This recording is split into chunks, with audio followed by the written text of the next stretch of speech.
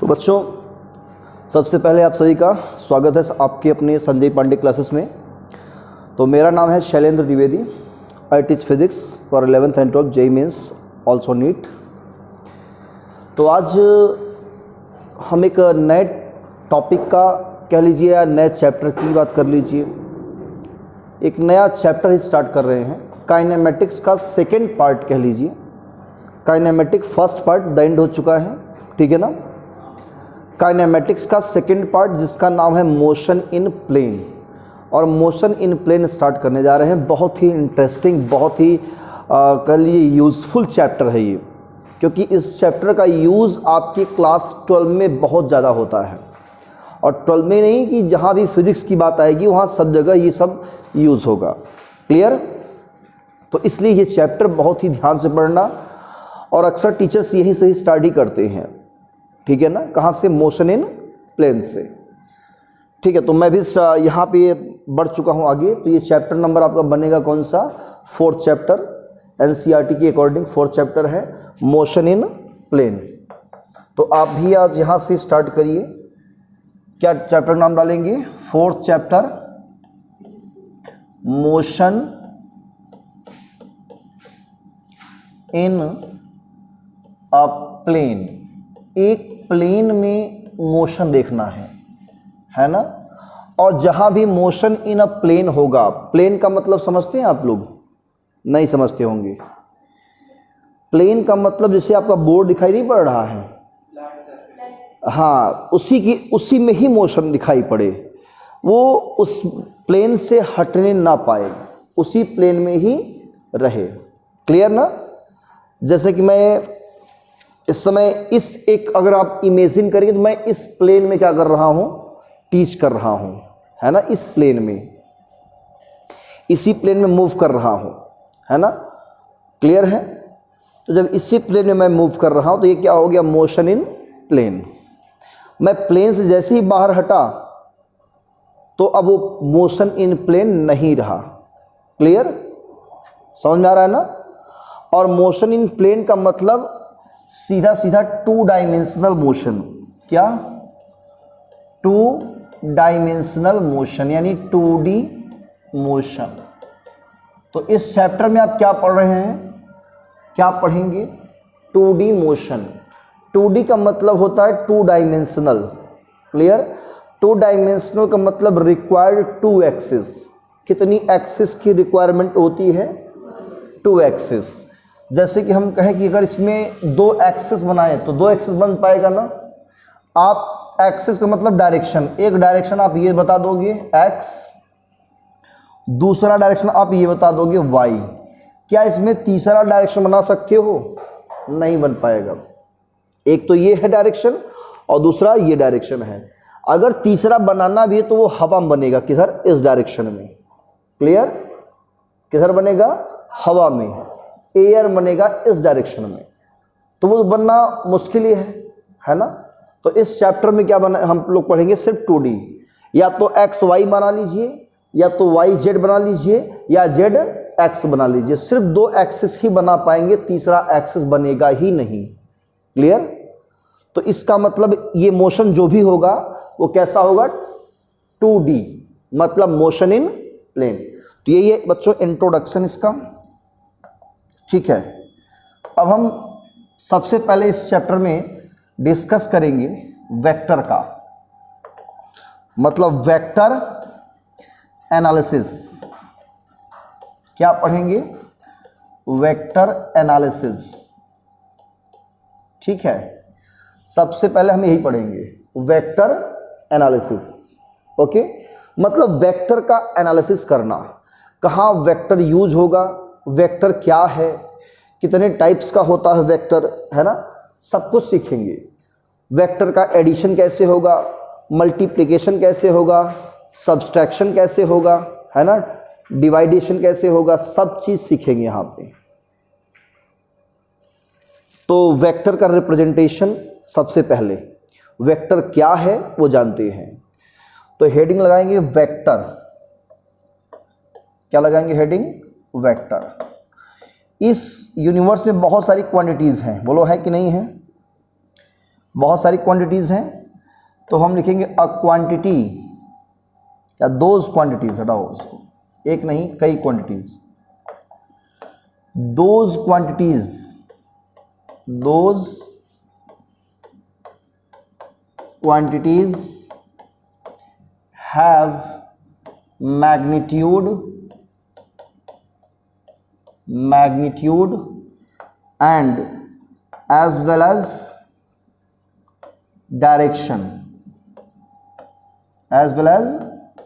Direction, या those magnitude have both magnitude and direction, कैसे भी आप अपने लैंग्वेज में नोट कर सकते हो, comma they are called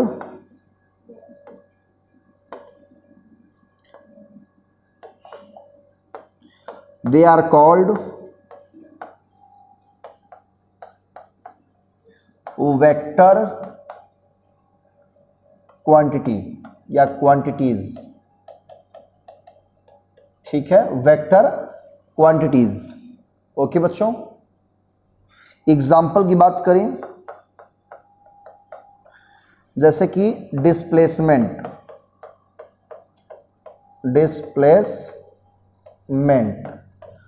comma area, velocity, force, etc, ये सब क्या है, वेक्टर क्वांटिटीज हैं। ठीक है, वेक्टर का मतलब इसमें मैग्नीट्यूड हो और डायरेक्शन हो। डायरेक्शन का मतलब एक स्पेसिफाइड डायरेक्शन, एक पर्टिकुलर डायरेक्शन में कोई भी क्वांटिटी अगर काम कर रही है, जैसे कि मैं फोर्स अप्लाई कर रहा हूं इस डायरेक्शन में, ठीक है ना, तो मेरे पास डायरेक्शन है कि नहीं है। आप लोग कहेंगे कि सर आप फोर्स अप्लाई कर रहे हैं इस डायरेक्शन में, अगर मैं फोर्स ऐसे अप्लाई करूंगा तो आप कहेंगे फोर्स इस डायरेक्शन में अप्लाई हो रहा है। यस, मतलब कोई ना कोई डायरेक्शन आप जरूर बताएंगे, है कि नहीं। अगर मैं मोशन करूंगा यहां से यहां तक आ गया तो आप कहेंगे सर आपका डिस्प्लेसमेंट हुआ है इस डायरेक्शन में, आप शिफ्ट हो गए हैं इस डायरेक्शन में। मतलब जो भी क्वांटिटीज़ हैं अगर उसकी वैल्यू को बताना है और वैल्यू के साथ साथ आप उसको ये भी बता रहे हैं कि किस डायरेक्शन में वो शिफ्ट हो रहा है, किस डायरेक्शन में वर्क कर रहा है ना, वो क्वांटिटीज़ किस डायरेक्शन में जा रही है, क्लियर, उसका मैग्नीट्यूड कितना काम कर रहा है, तो वो कैसी क्वांटिटी है, वेक्टर। वो क्या है, वेक्टर। तो यही है वेक्टर को डिफाइन करने का तरीका, ठीक है ना। तो जिसमें मैग्नीट्यूड हो और क्या हो, साथ में डायरेक्शन भी होता है, वो कैसी क्वांटिटी होती है, वेक्टर। ठीक है, तो ये आपने नोट कर लिया इतनी बातें। आगे बढ़ते हैं, तो अब हम इसमें लिखेंगे हेडिंग क्या, representation of vector, representation of a vector. एक वेक्टर का रिप्रेजेंटेशन सीखना है हमें, ठीक है। और वेक्टर का जो मतलब होता है, मीन्स आप लोग नहीं जानते होंगे, ये वेक्टर लैटिन वर्ड से आया हुआ है और इस लैटिन वर्ड का मतलब होता है कैरियर।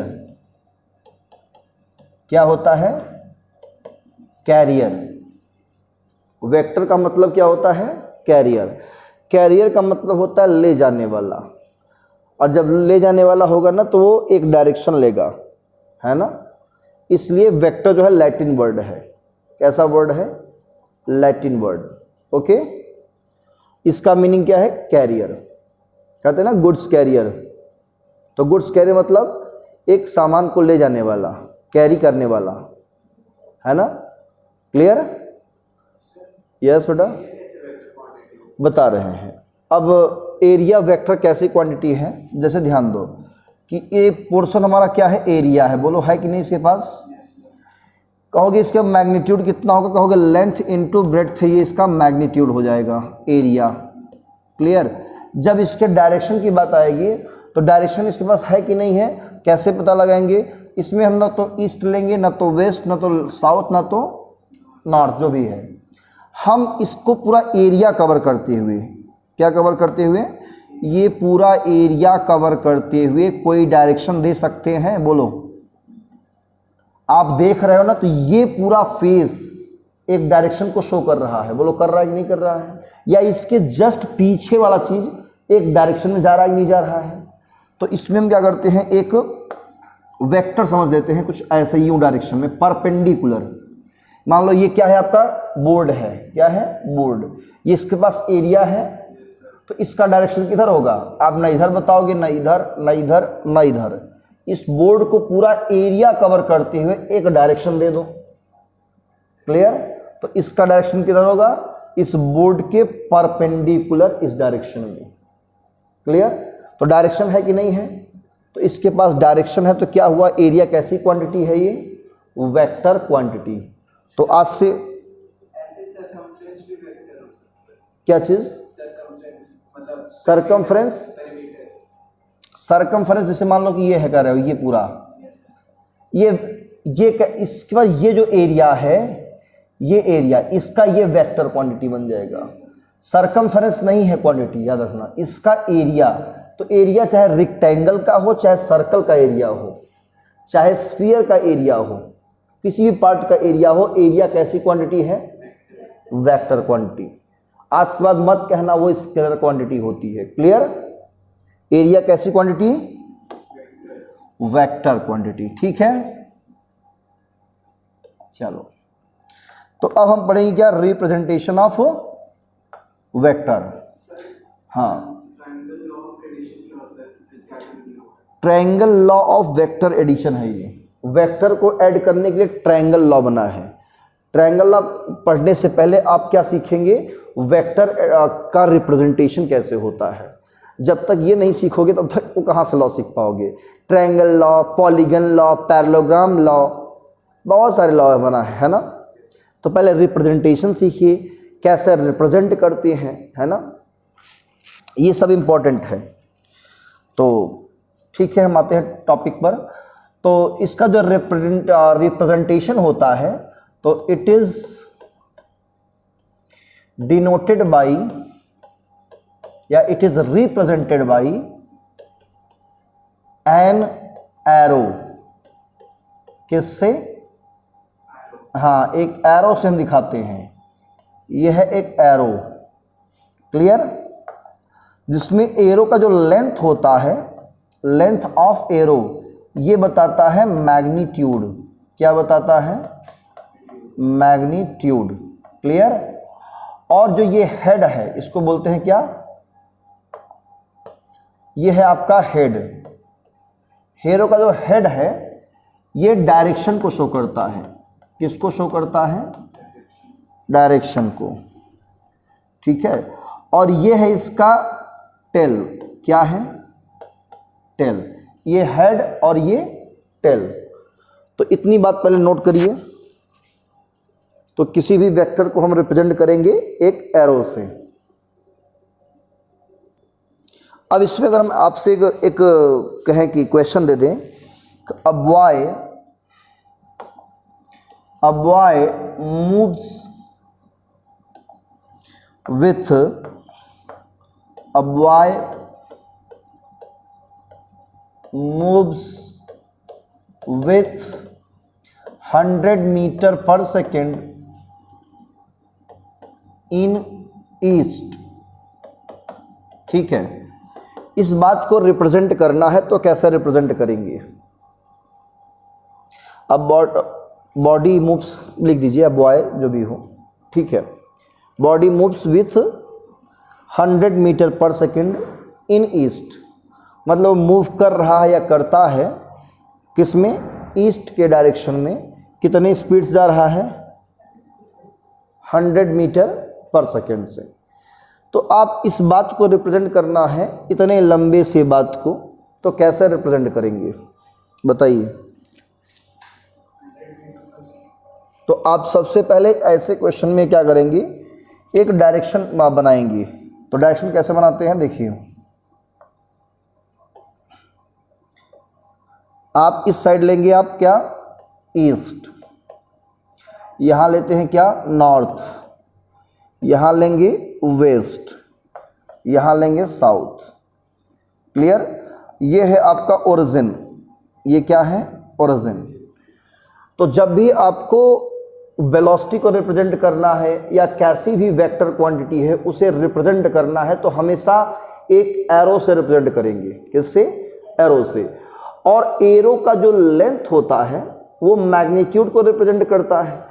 अब बताइए 100 मीटर पर सेकेंड क्या है आपका, एक मैग्नीट्यूड है। तो 100 मीटर पर सेकेंड कैसे ड्रॉ करेंगे, तो आप क्या करेंगे, 100 मीटर पर सेकेंड को हम डिवाइड कर लेंगे या लिख देंगे लेट 1 मीटर या 10 मीटर पर सेकेंड या 20 मीटर पर second is equal to 1 centimetre. क्या लेट कर लेंगे, 20 मीटर पर second is equal to 1 centimetre. तो 100 मीटर पर सेकेंड कितना होगा, कहोगे 5 सेंटीमीटर। यस और नॉट, बोलो। तो 5 सेंटीमीटर क्या करिए आप, एरो यहां से कट कर लीजिए। मान लो ये 1 सेंटीमीटर है, सपोज दैट ये 2 3 4 5, तो यहां से आप दिखा देंगे ये 5 सेंटीमीटर और ये डायरेक्शन ईस्ट में है। तो आपने क्या किया, वेलोसिटी को रिप्रेजेंट कर दिया। बोलो किया कि नहीं किया। ऐसे ही मान लो कोई फोर्स लग रहा है 50 न्यूटन का, फोर्स कितना है 50 newton in the direction of west, west की डायरेक्शन में 50 न्यूटन का फोर्स है। तो इस फोर्स को रिप्रेजेंट करना है वेक्टर से। तो कैसे रिप्रेजेंट करेंगे, आप लेट कर लेंगे 5 न्यूटन या 5 न्यूटन मान लेते हैं। तो 5 newton is equal to 1 centimetre. Clear. तो 50 न्यूटन में कितना आएगा, बोलो 10 सेंटीमीटर। तो आप 50 न्यूटन इज इक्वल टू क्या लिखेंगे, 10 सेंटीमीटर। तो 10 सेंटीमीटर का क्या करेंगे, एक एरो बना लेंगे। Clear, like this. ये 10 सेंटीमीटर आपने मेजर करके स्केल से ड्रॉ करके एक एरो डायरेक्शन दे दिया। क्या दे दिया, डायरेक्शन। और ये बन गया आपका 50 न्यूटन का फोर्स को रिप्रेजेंट करना है तो एरो से रिप्रेजेंट कर लेंगे। कोई कंफ्यूजन इसमें, नो कंफ्यूजन, नोट कर लिया। तो हम आगे बढ़ते हैं इसमें टाइप्स ऑफ वेक्टर्स के बारे में, और उससे पढ़ने से पहले एंगल्स की बात कर लेते हैं। एंगल्स पॉजिटिव कब लेते हैं और नेगेटिव कब लेते हैं, कभी सोचा आपने। एंगल पॉजिटिव कब लेंगे, एक दिन पढ़ाए थे शायद, हमने पढ़ाया भी था, भूल गए आप लोग। ये नोट करेंगे आप लोग, हो गया, बढ़े, ओके। देखिए जैसे कि मान लीजिए ये आपका 2 एक्सिस है, एक्स एंड वाई डायरेक्शन। आप मूव कर रहे हैं एंटी क्लॉकवाइज, मान लो यहां से यहां तक गए, एंटी क्लॉकवाइज। तो एंटी क्लॉकवाइज जो ये एंगल बनेगा आपका, ये वाला एंगल, ये क्या होगा, एंगल पॉजिटिव होगा। क्या होगा, और वहीं आप दूसरी तरफ जब आप इस डायरेक्शन में मूव कर रहे हैं, मतलब क्लॉकवाइज, क्लॉकवाइज, है ना। मान लो ये आप ऐसे गए, तो ये एंगल कितना है, ये आप क्लॉकवाइज आ रहे हैं, कहाँ से, यहाँ से। तो ये क्या लेंगे आप, इस ये आप लेंगे हमेशा नेगेटिव। क्या लेंगे, नेगेटिव। तो एंटी क्लॉकवाइज एंगल जो भी बनेगा, जहां से बनेगा, वो हमेशा क्या होता है, पॉजिटिव होता है। क्लियर है। और क्लॉकवाइज जो एंगल बनेगा वो क्या बनेगा, हाँ, नेगेटिव। इसको आप नोट कर लीजिए, anti clockwise angle become negative, sorry positive, और क्लॉकवाइज नेगेटिव। तो इसको मैं इरेज करता हूं। ये मान लो क्या है, 2 वर्टिकल डायरेक्शन हम ले रहे हैं। ये क्या है आपका, ओरिजिन, ओके। ये है ईस्ट, ओके। और ये है आपका वेस्ट, ये है नॉर्थ, और ये है साउथ। क्लियर। मैंने आपसे कहा 60 डिग्री, एक क्वेश्चन हमने दिया आपको,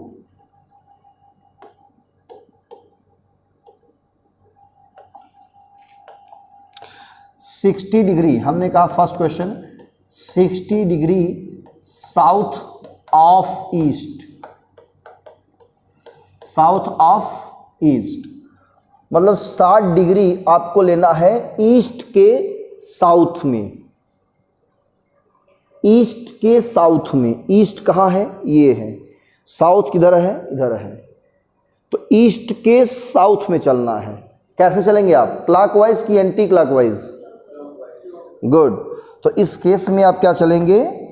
क्लॉकवाइज। मतलब अगर आप ऐसे आए हो तो ये आप एंगल इस तरह से मेजर किए हैं, कुछ आप ऐसे आए हो, ये 60 डिग्री आया, तो क्या लेंगे इसके हम? -60 डिग्री। किसमें लेंगे इसको? ये माइनस में रहेगा। क्लियर? ये एंगल माइनस में, ये माइनस में, ये कितना हो जाएगा आपका एंगल? तो आप इधर अगर चलते हैं तो कितना आएगा ये? 60 90 माइनस 60। क्लियर? आप चले कहाँ से हो? ईस्ट से चले हो। अगर मैं यही कहूँ कि 45 डिग्री नॉर्थ ऑफ ईस्ट, कितना? 45 डिग्री नॉर्थ ऑफ ईस्ट, मतलब ईस्ट के नॉर्थ में कितना डिग्री? 45 डिग्री। ईस्ट ये है, नॉर्थ ये है। किधर चलेंगे आप? क्लॉकवाइज कि एंटी क्लॉकवाइज? आपकी बार आप एंटी क्लॉकवाइज चलेंगे। मान लो ये आपका क्या है? 45 डिग्री। तो आप चले कैसे हो? आप ऐसे चले हो। क्लियर? तो ये क्या है? Anti clockwise. ये आपका 45 डिग्री। ये सेकंड का आंसर हो जाएगा। क्लियर? ये आपका फर्स्ट का हो गया। तो इस तरह से आप, मुझे लगता है कि अब आप समझ गए। कर लेंगे ना? तो इसको भी आप नोट कर लीजिए एज ए एग्जाम्पल उसी में।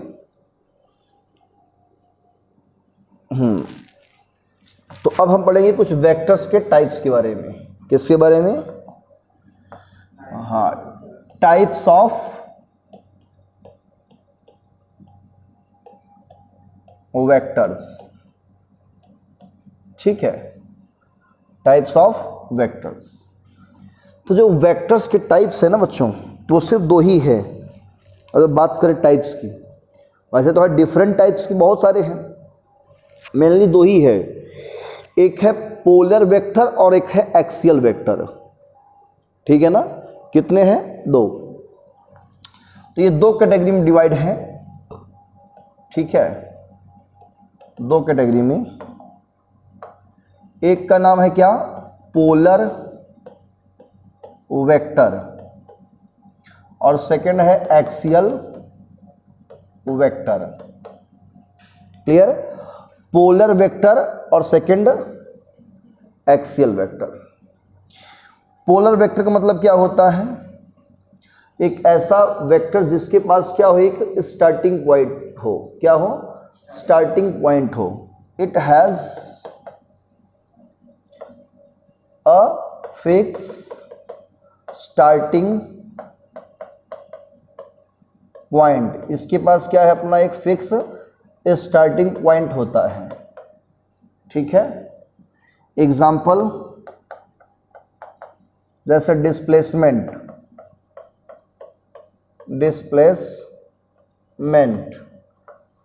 And force, velocity, etc। ये सब क्या है? स्टार्टिंग पॉइंट के क्या है? वेक्टर्स हैं। ठीक है ना? तो ये है पोलर वेक्टर। उसके बाद आपका आता है कौन सा? एक्सियल। तो it has no any initial point. इसके पास कोई इनिशियल पॉइंट नहीं होता। And show the rotational effect. ये क्या शो करते हैं? रोटेशनल इफेक्ट क्या शो करते हैं? रोटेशनल इफेक्ट, और एक एक्सिस की रिक्वायरमेंट हो, ठीक है ना, तो उसे हम लोग क्या कहते हैं? Axial vector. एग्जाम्पल जैसे टॉर्क, ठीक है, और क्या हो सकता है? टॉर्क के बाद angular momentum, angular momentum, angular velocity, angular velocity, ठीक है। तो ये सब क्या होते हैं? Axial vector. इसके पास कोई इनिशियल पॉइंट नहीं होता और ये रोटेशनल इफेक्ट को शो करते हैं। जैसे कौन कौन से? Torque, angular velocity, angular acceleration, angular momentum, ये सब क्या होते हैं? Axial vector. मतलब ऐसे वेक्टर्स को जिसको क्या करना है? रिप्रेजेंट करना है, तो कम से कम एक एक्सिस की रिक्वायरमेंट पड़ती है। वनली नहीं कर लीजिए कि एक एक्सिस मिनिमम रिक्वायरमेंट होगी, एक एक्सिस की ज़रूरत पड़ेगी, ठीक है ना, और इसमें कोई एक्सिस की रिक्वायरमेंट नहीं होती है, ठीक है। तो बेसिकली हमें ये वेक्टर्स को नहीं पढ़ना है, ठीक है ना। हमें जनरली किसको पढ़ना है? पोलर वेक्टर को, ठीक है। अब वेक्टर कोई भी वेक्टर हो, मेनली अगर जो हम बात कर रहे हैं पढ़ने की, तो अक्सर तो इसी की बात की जाती है, इसकी बहुत कम होती है। लेकिन अगर इसकी भी बात आ जाए तो वेक्टर हमें वो पढ़ना है जो इन दोनों के लिए क्या हो? बेनिफिशियल हो। बात समझ में आ रहा है? मतलब वो चीज़ पढ़ना है जो दोनों में क्या हो? बेनिफिट हो, ठीक। तो ये टाइप्स कितने हो गए? 2, पोलर और एक्सियल। अब कुछ डिफरेंट टाइप्स के वेक्टर्स हैं, उनको भी पढ़ लेते हैं, ठीक है ना। तो हेडिंग रहेगा next, some different types of vectors. Some, heading क्या रहेगा? Some different types of vectors, some different types of vectors. तो सबसे पहले हम लोग पढ़ते हैं पोजीशन वेक्टर क्या होता है। Position vector, position vector. तो जब भी पोजीशन देखेंगे तो कोई ना कोई फ्रेम ऑफ रेफरेंस लेंगे। क्या लेंगे? पोजीशन का मतलब एक डिस्प्लेसमेंट या एक डिस्टेंस कह लीजिए। जैसे आप लोग कितने बच्चे हो? 4 बच्चे हो, ठीक है। सपोज दैट 4 स्टूडेंट यहाँ बैठे हैं, और इन सब का अगर मैं कहूँ पोजीशन क्या है, तो आप पोजीशन क्या बताएंगे? तो आप कहेंगे सर हम आपसे नज़दीक में हैं, आप कहेंगे हम बहुत थोड़ा सा दूर हैं, है ना। तो ये मेरे रेस्पेक्ट में आप लोग देखे जा रहे हैं। आपकी पोजीशन जो देखी जाएगी वो हमारे रेस्पेक्ट में है कि नहीं। तो जब हम आपकी पोजीशन को चेक करेंगे तो एक पर्टिकुलर डायरेक्शन में देखेंगे। जैसे ये बैठी हुई हैं, तो इनके ठीक सामने क्या करेंगे? हम डायरेक्शन लेंगे, इनके सामने एक डायरेक्शन लेंगे, इनके सामने एक डायरेक्शन लेंगे, इनके सामने एक डायरेक्शन लेंगे। तो कहने का सेंस ये है कि जब भी पोजीशन वेक्टर को आप ऑब्जर्व करेंगे एक पर्टिकुलर डायरेक्शन को लेंगे। क्लियर है? तो चलिए यहाँ पे हम एक फ्रेम ऑफ रेफरेंस लेते हैं। क्या यह है? X Y plane, okay. यह है ओरिजिन ओ। हमने कहा यहाँ पे 2 पॉइंट्स है, एक है पॉइंट P और एक पॉइंट है Q। कितने पॉइंट्स हैं? हाँ, 2 पॉइंट्स हैं, ठीक है, P और Q। तो P का पोजीशन अगर देखना है तो कहाँ से ऑब्जर्व करेंगे? फ्रेम ऑफ रेफरेंस O से। Q का पोजीशन देखेंगे तो कहाँ से ऑब्जर्व करेंगे? O से। क्लियर है ना। तो यहाँ से अगर हम बात करें O से P तक एक डिस्टेंस लें, तो ये क्या है? एक डायरेक्शन में है कि नहीं है, और ये भी डायरेक्शन में है कि नहीं है, बोलो। तो वेक्टर OP और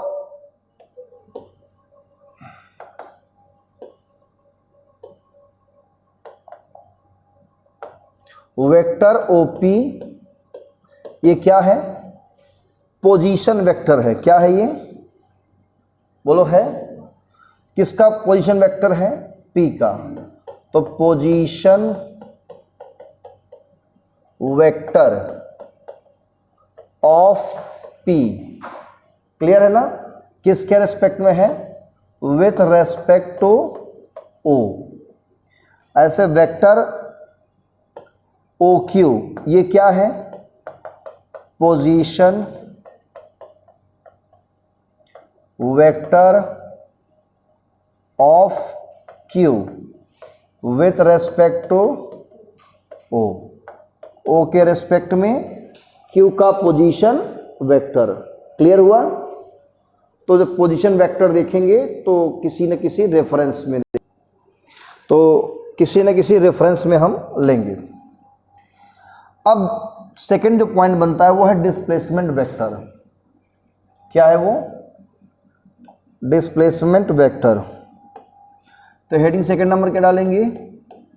सेकंड नंबर हेडिंग रहेगा डिस्प्लेसमेंट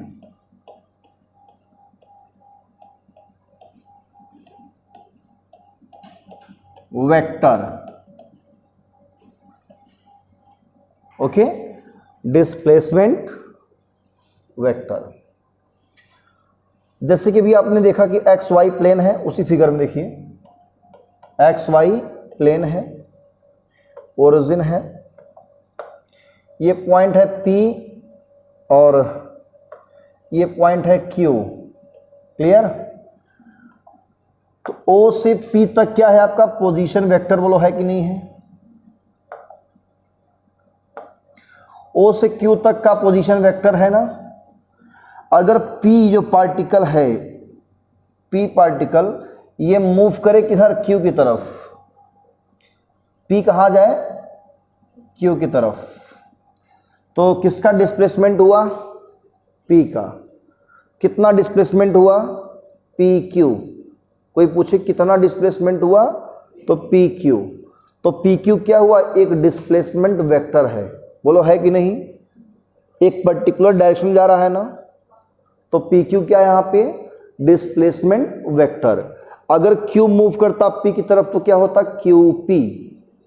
तो किसका डिस्प्लेसमेंट हुआ? Q का। तो QP भी क्या हो जाएगा? Displacement vector. तो QP अगर दिखाना है तो आप ऐसे दिखा दोगे QP, है ना?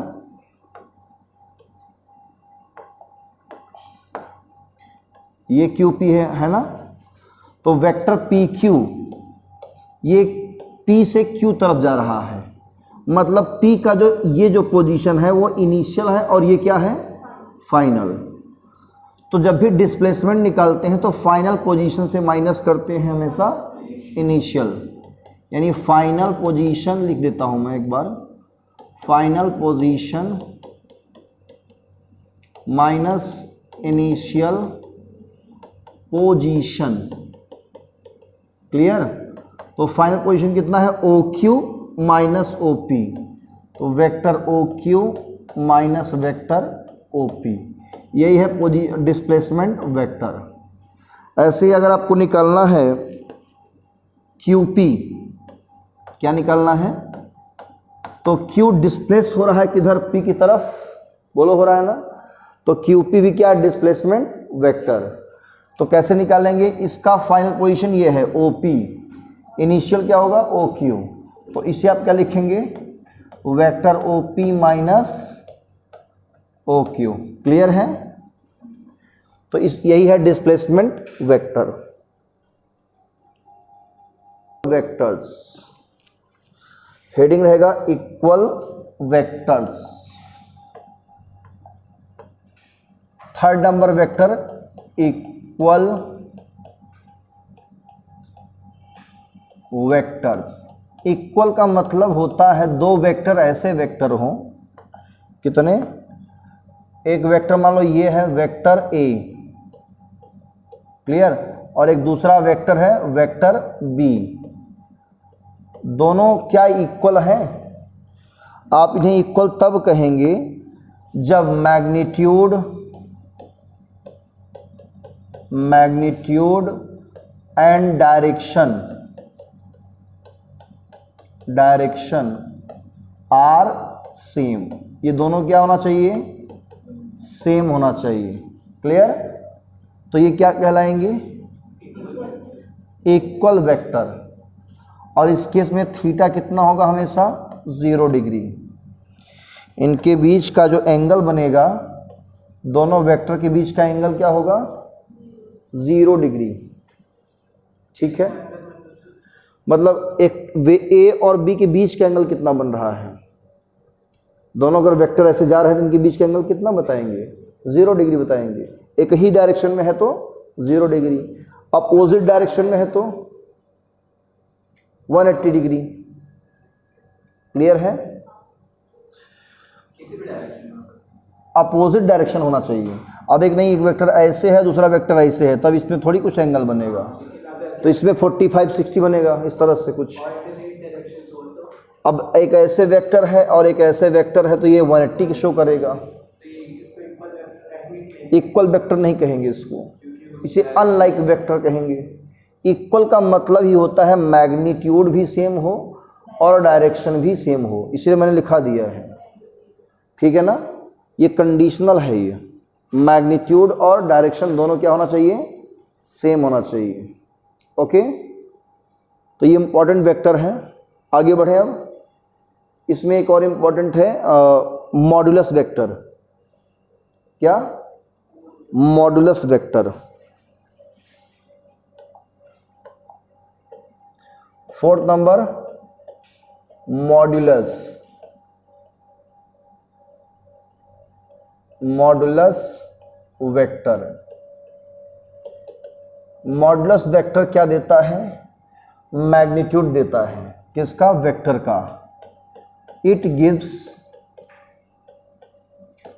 The magnitude of a vector, magnitude of a vector. किसी वेक्टर का क्या देता है, ये मैग्नीट्यूड शो करता है। क्या शो करता है? मैग्नीट्यूड। क्लियर है? तो जैसे कि इफ वेक्टर ए क्या हो, इज अ वेक्टर, ये क्या हो, एक वेक्टर, तो इसका मॉडुलस वेक्टर कैसे डिनोट करेंगे, then modulus vector of vector A is denoted by, कैसे डिनोट करेंगे, दोनों साइड ऐसे डंडा खड़ा कर देंगे, है ना, लाइन ए वेक्टर ऐसे लिख देंगे, और इसका मतलब सिर्फ ए होता है, मतलब एरो हट जाएगा, ओनली ए लिख सकते हो। हाँ, मतलब इसमें इसका मॉड का मतलब डायरेक्शन हट गया, सिर्फ किसकी बात कर रहा है, मैग्नीट्यूड, मैग्नीट्यूड की।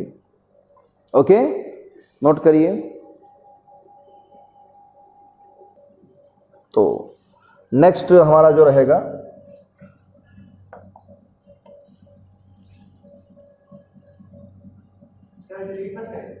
Yes, okay okay. तो नेक्स्ट क्या है आपका, fifth number, unit vector. Fifth number, unit vector. अब यूनिट वेक्टर क्या होता है, बहुत इंपॉर्टेंट रोल है इसका। किसी भी स्केलर को अगर वेक्टर बनाना है, मतलब अगर वेक्टर ऑलरेडी है, नहीं भी है, वेक्टर बनाना है उसे, तो यूनिट वेक्टर का मल्टीप्लाई कर दीजिए, वो पूरी क्वांटिटी क्या बन जाएगी, वेक्टर बन जाएगी। बहुत बड़ा इंपॉर्टेंट रोल है इसका। ठीक है ना। तो जैसे मान लो if a vector is vector A, क्या हो, vector A, and its magnitude, its magnitude A, then unit vector of vector A is denoted by, A के ऊपर लगा देंगे कैप, ए कैप, और ये हम लोग निकाल सकते हैं A cap is equal to उस वेक्टर में उसी के मैग्नीट्यूड से क्या करेंगे हम डिवाइड कर देते हैं, क्या कर देते हैं डिवाइड, तो हमें मिल जाता है क्या यूनिट वेक्टर। और यूनिट वेक्टर वो वेक्टर होता है जिसका मैग्नीट्यूड कितना होता है 1। अब वेक्टर डेफिनेशन लिख रहा हूँ, a vector has magnitude 1, magnitude 1 is called unit vector, called unit vector, और जनरली हम इसे डिनोट करते हैं it is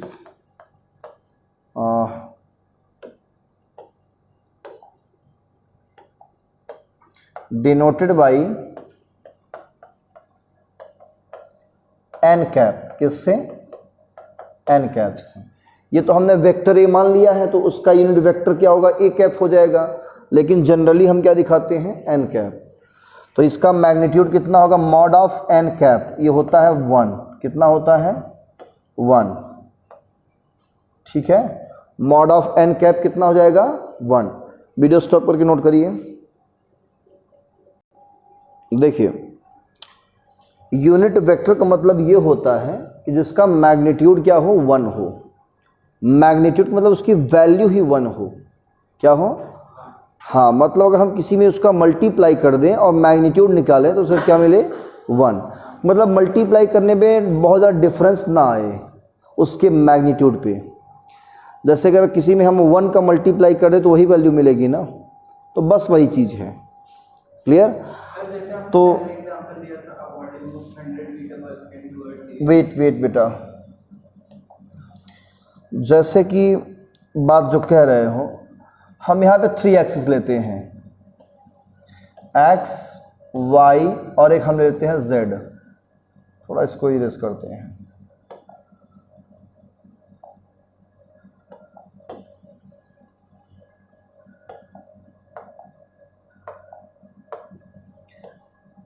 x, y, z, clear. तो x एक्सिस की जो अलोंग हम यूनिट वेक्टर लेट करेंगे वो इस डायरेक्शन में होगा हमेशा, किधर होगा इस डायरेक्शन में। ये हम ले लेंगे i कैप, ये एग्जाम्पल है, और y में इधर लेंगे j कैप लेते हैं और z लेते हैं k कैप। ये तीनों परपेंडिकुलर होते हैं, तीनों वेक्टर क्या होते हैं परपेंडिकुलर। तो ये एग्जाम्पल्स है यूनिट वेक्टर के, आई कैप, जे कैप और के कैप। मतलब अगर आप एक्स एक्सिस में सपोज करो कि 2 मीटर डिस्टेंस लिए, कितना मीटर 2 मीटर, तो एक्स एक्सिस में अगर आपको 2 मीटर डिस्टेंस लिया आपने और मैंने कहा एक्स एक्सिस में ये पॉइंट ए है, तो आप वेक्टर ओ ए कितना होगा, ये आपका बन गया ना वेक्टर ओ ए, बोलो। तो वेक्टर ओ ए हो जाएगा आपका 2 इंटू आई कैप कर देंगे, इतना मीटर आ जाएगा, क्लियर।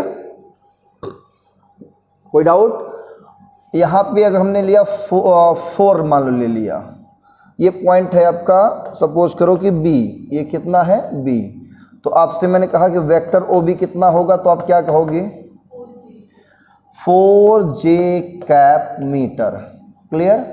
अगर ये मीटर ले रहे तो मीटर लेंगे, अगर इसके प्लेस पे मैं वेलोसिटी ले लेता हूँ मान लो कि 2 मीटर पर सेकेंड, तो यहाँ मीटर पर सेकेंड लग जाएगा। मतलब इस एक्सिस पर जो भी आप रिप्रेजेंट करेंगे, चाहे वेलोसिटी हो, डिस्प्लेसमेंट हो, फोर्स हो, जिस एक्सिस में आप वो वैल्यू बताएंगे उसके साथ में क्या मल्टीप्लाई करेंगे। एक्स में अगर आप लेते हैं तो आई कैप मल्टीप्लाई कर देंगे, वाई में अगर वैल्यू लेते हैं तो जे कैप मल्टीप्लाई करेंगे, जेड में अगर लेते हैं तो के कैप मल्टीप्लाई करेंगे। अंडरस्टूड। तो यही है यूनिट वेक्टर का जो है बेनिफिट, क्लियर। तो पहले क्या था 2 मीटर, क्या था सिर्फ एक वैल्यू थी, लेकिन जैसे ही आपने उसमें आई कैप लगा दिया, क्या बन गया ये बन गया एक वेक्टर। क्या बन गया? एक वेक्टर बन गया। क्लियर? इसको नोट कर लीजिए।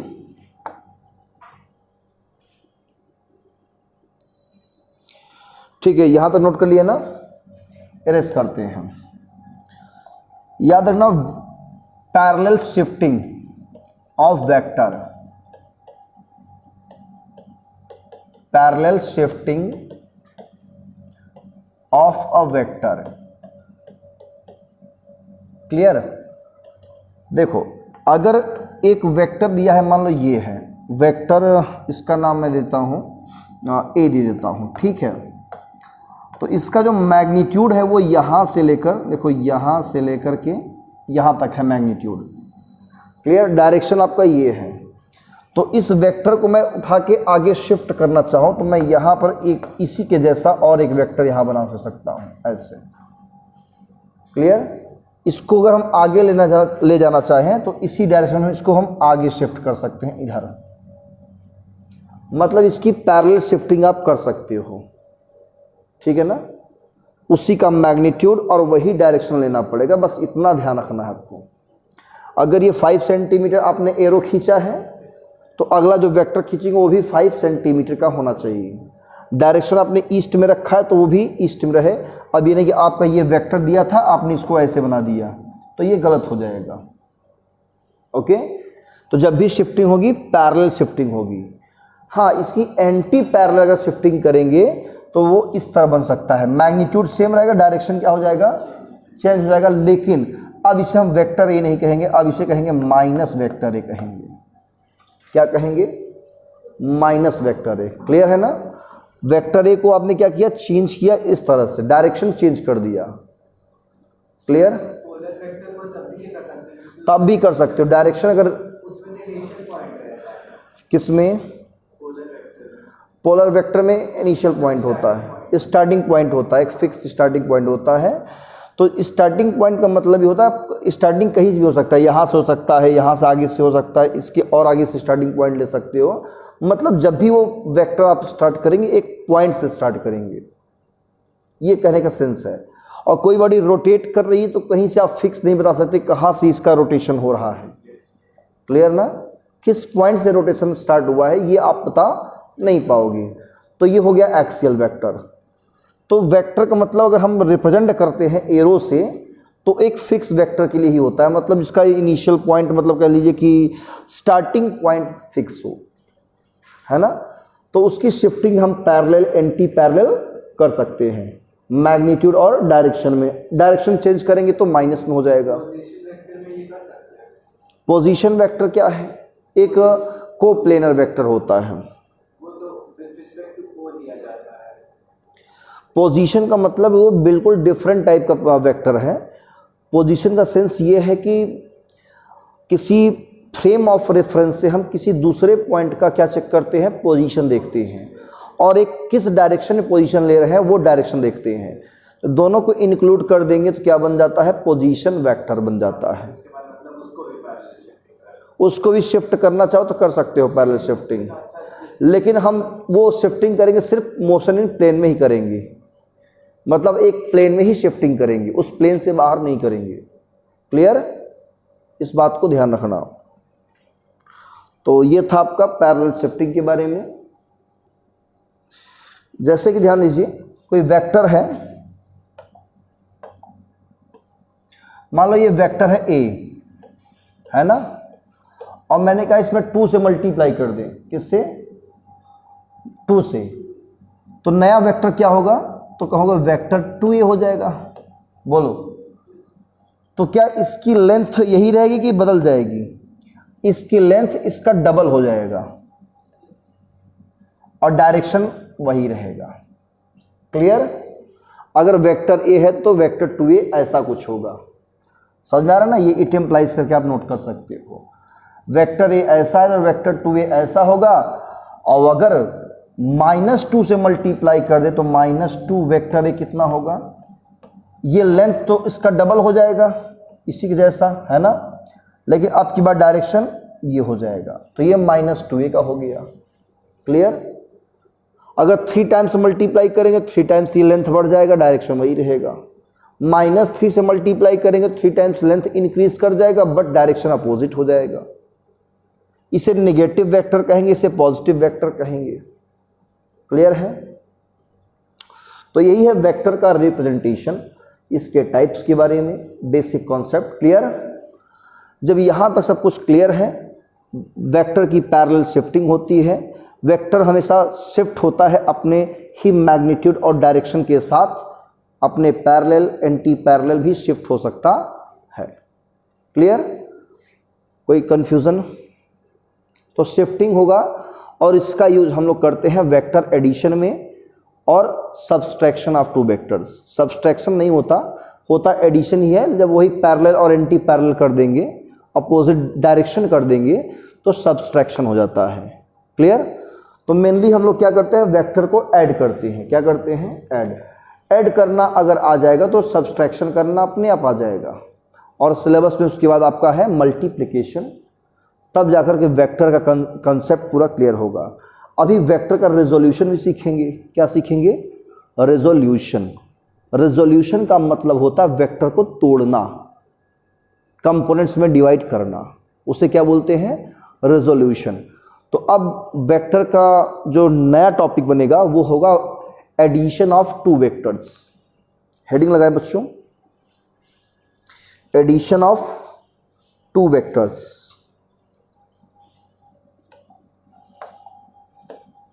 Addition of 2 vectors. Addition of 2 vectors. ठीक है, इसमें फर्स्ट नंबर हम लोग पढ़ेंगे। अगर 2 वेक्टर को ऐड करना है तो हम लोग सीखते हैं ट्रायंगल मेथड, जिसको बोलते हैं ट्रायंगल ऑफ वेक्टर एडिशन। ठीक है ना? तो for addition of 2 vectors, addition of 2 vectors, comma, we will use triangle law, triangle law of vector addition। Okay, जब भी आपको 2 वेक्टर को ऐड करना होगा तो कौन सा लॉ अप्लाई करेंगे? Triangle law of vector addition. It is also known as, it is also known as head tail method। इसे हम लोग हेड टेल मेथड भी कहते हैं या जाना जाता है। तो आइए समझते हैं इसको। ट्रायंगल लॉ, जैसे कि मान लीजिए एक वेक्टर आपका ये दिया है वेक्टर ई, ठीक है, एक दूसरा वेक्टर है वेक्टर बी, ऐसे है। आपको क्या करना है? दोनों वेक्टर को ऐड करना है। क्या करना है? ऐड करना है। तो कैसे ऐड करेंगे? ट्रायंगल में कहता है हेड के ऊपर एक टेल ला कर दीजिए दूसरे वेक्टर का, तो इसकी अगर पैरेलल शिफ्टिंग करें ऐसे हो जाएगा शिफ्टिंग, उतना ही मैग्नीट्यूड उतना ही डायरेक्शन। हमने थोड़ा ऊपर से बना दिया है, थोड़ा सा मुझे इसको नीचे बनाना चाहिए था, है ना? तो चलो बना देते हैं। प्लस ऐसे है वेक्टर, ये वेक्टर बी। क्लियर? अब इसकी जब पैरेलल शिफ्टिंग करेंगे ऐसे, जैसे है वैसे ही पैरेलल क्या करेंगे? शिफ्टिंग कर देंगे, उतना ही मैग्नीट्यूड वही डायरेक्शन। मतलब इसके हेड के ऊपर इसका क्या लगा देंगे? ये टेल है, इसका ये टेल है, ये हेड है, तो इसके हेड के ऊपर इसका टेल वेक्टर बी का टेल ला करके रख देंगे, तो दोनों वेक्टर क्या हो जाएंगे? ऐड हो जाएंगे। तो जब ऐड होंगे तो कुछ इस तरह बनेगा। वेक्टर ए था ही, है ना, वेक्टर बी हमारा ऐसे हो गया। क्लियर? ऐसे जुड़ गया ना वेक्टर। और जब वेक्टर जुड़ेगा तो हमेशा क्या मिलेगा, एक वेक्टर ही देगा, मतलब कि यहाँ से एक वेक्टर बने जाएगा इस तरह से, वेक्टर आर, ये नया वेक्टर बना। क्लियर। इसके टेल को अगले वाले हेड को मिलाने वाली जो लाइन होगी उसके अलोंग एक वेक्टर काम करेगा। ये दोनों का क्या होगा, रिजल्टेंट क्या होगा, तो we obtain a resultant vector, a resultant vector R. तो वेक्टर आर कितना होगा, आपने वेक्टर आर में क्या किया है, वेक्टर ए और बी को क्या किया, आपस में जोड़ा है ना, क्या कर दिया आपने, जोड़ रखा है। तो ये बन गया vector R is equal to vector A plus vector B. और ये क्या बना, एक ट्राइंगल बना। क्या बना, ट्राइंगल। इसलिए इस लॉ को हम लोग कहते हैं triangle law of vector addition. और इसमें हेड के ऊपर टेल रखा जाता है, इसलिए इसे हेड टेल मेथड भी कहते हैं। क्लियर बेटा, ट्राइंगल बन गया ना। तो इसलिए कैसा लॉ है, ये ट्राइंगल लॉ है। तो हेड के ऊपर टेल रखेंगे तो रिजल्टेंट कहाँ से मिलेगा, पहले के टेल से अगले के हेड पे मिला देंगे, ये रिजल्टेंट वेक्टर होगा। क्लियर है, कोई कन्फ्यूज़न। अब इसी में अगर हमको ए से बी को माइनस करना है तो क्या करेंगे, इस किसी एक का डायरेक्शन चेंज करेंगे। अगर ए से बी को माइनस करना है तो बी का डायरेक्शन क्या करेंगे, चेंज करेंगे, जस्ट एंटी पैरेलल कर देंगे। मतलब तो क्या बन जाएगा, नेगेटिव माइनस वेक्टर बी, और उसको क्या करेंगे, हम ऐड कर देंगे। मतलब हेड के ऊपर इसका टेल ला के रख देंगे तो ए प्लस माइनस बी हो जाएगा, यानी ए माइनस बी मिल जाएगा। क्लियर, आगे बढ़े दिखा दें आपको। तो ये था क्या, एडिशन।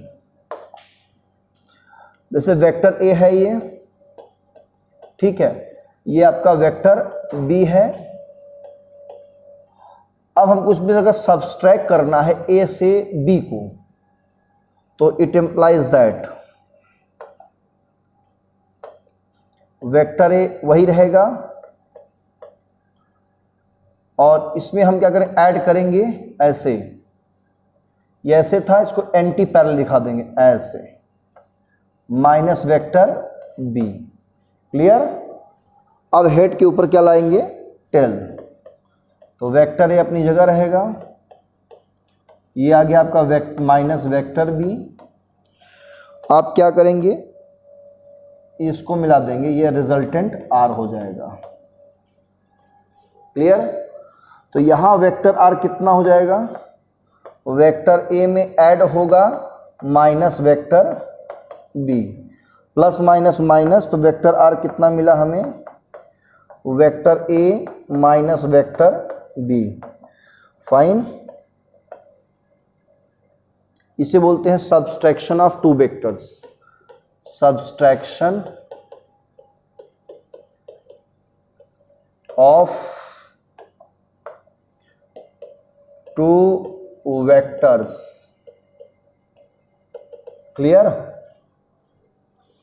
नोट कर लीजिए। तो अब हेडिंग रहेगा addition of more than two vectors, addition of more than two vectors. ठीक है, जब मोर देन टू वेक्टर्स को ऐड करेंगे तो हम लोग यूज करते हैं, we will use polygon method. कौन सा method, polygon method of vector addition, vector addition, vector addition polygon method. मतलब हम एक पॉलीगन बनाएंगे, क्या बनाएंगे, एक पॉलीगन। मान लो एक वेक्टर ए है ऐसे, ठीक है, दूसरा वेक्टर ऐसे है वेक्टर बी, तीसरा वेक्टर ऐसे है वेक्टर सी, चौथा वेक्टर है ऐसे वेक्टर डी। इन सभी को क्या करना है, आपस में ऐड करना है। क्या करना है, ऐड करना है। तो कैसे ऐड करेंगे, आपके पास 4 वेक्टर है ए बी सी डी, है ना, सबका डायरेक्शन अलग अलग है, मैग्नीट्यूड भी अलग है। तो इनका एडिशन कैसे किया जाए, तो पहला स्टार्टअप करेंगे हेड के ऊपर टेल से, और करते हुए हम एक पॉलीगन बनाएंगे। क्या बनाएंगे, पॉलीगन, है ना। जैसे इसके ऊपर क्या होगी, पैरेलल शिफ्टिंग होगी। तो पहले हम क्या करेंगे, वेक्टर ए, ये वेक्टर बी हो जाएगा ऐसे, ठीक है। फिर वेक्टर सी ऐसे है, तो यहाँ से वेक्टर सी ऐसे हो जाएगा, क्लियर। वेक्टर डी ऐसे है, वेक्टर डी यहाँ पे इसकी पैरेलल शिफ्टिंग हो जाएगी ऐसे, तो फाइनली कुछ इस तरह से आएगा। बोलो आएगा। तो रिजल्टेंट क्या मिलेगा हमें, एक ए से लेकर के डी तक एक रिजल्टेंट वेक्टर आर मिल जाएगा। बोलो मिलेगा। तो यहां से कैसे रिजल्टेंट निकालेंगे इसका, तो पहले हम क्या करेंगे, ए और बी का रिजल्टेंट लेंगे, ये वाला। बोलो हो जाएगा ना। ए और बी का रिजल्टेंट कितना होगा, ए प्लस बी, तो ये आपका बन जाएगा ए प्लस बी, क्लियर। अब ए प्लस बी के हेड के ऊपर इसका टेल है, तो एक न्यू वेक्टर यहां से मिलेगा, वेक्टर ए प्लस बी था ही प्लस सी। इसके हेड के ऊपर इसका टेल है, तो ये जो रिजल्टेंट हमारा होगा वो कितना होगा, vector A plus B plus C plus D, ये हो जाएगा, clear. Vector A plus B plus C plus D, ये वेक्टर बन जाएगा। कोई कंफ्यूजन यहां तक, क्लियर है। तो ये है polygon method of vector addition, okay.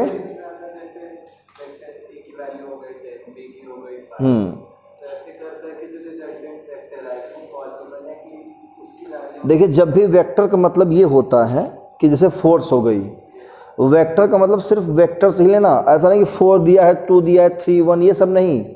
Vector का मतलब प्रॉपर वेक्टर, ठीक है, उसका मैग्नीट्यूड नहीं, डायरेक्शन के साथ। जैसे फोर्स है तो वेक्टर F1 ऐसे, अब दूसरा फोर्स नेगेटिव डायरेक्शन में है, उसके अपोजिट, तो माइनस F2 हो गया। फिर थर्ड पॉजिटिव है F3 हो गया, इस तरह से। चौथा नेगेटिव तो माइनस F4, कुछ इस तरह से आपका बनेगा रिजल्टेंट, क्लियर। मतलब यहाँ मैग्नीट्यूड और डायरेक्शन दोनों है, मैग्नीट्यूड और डायरेक्शन देखो इंक्लूडेड है, क्लियर। तो ये आपका जो है ध्यान रखना इस चीज को।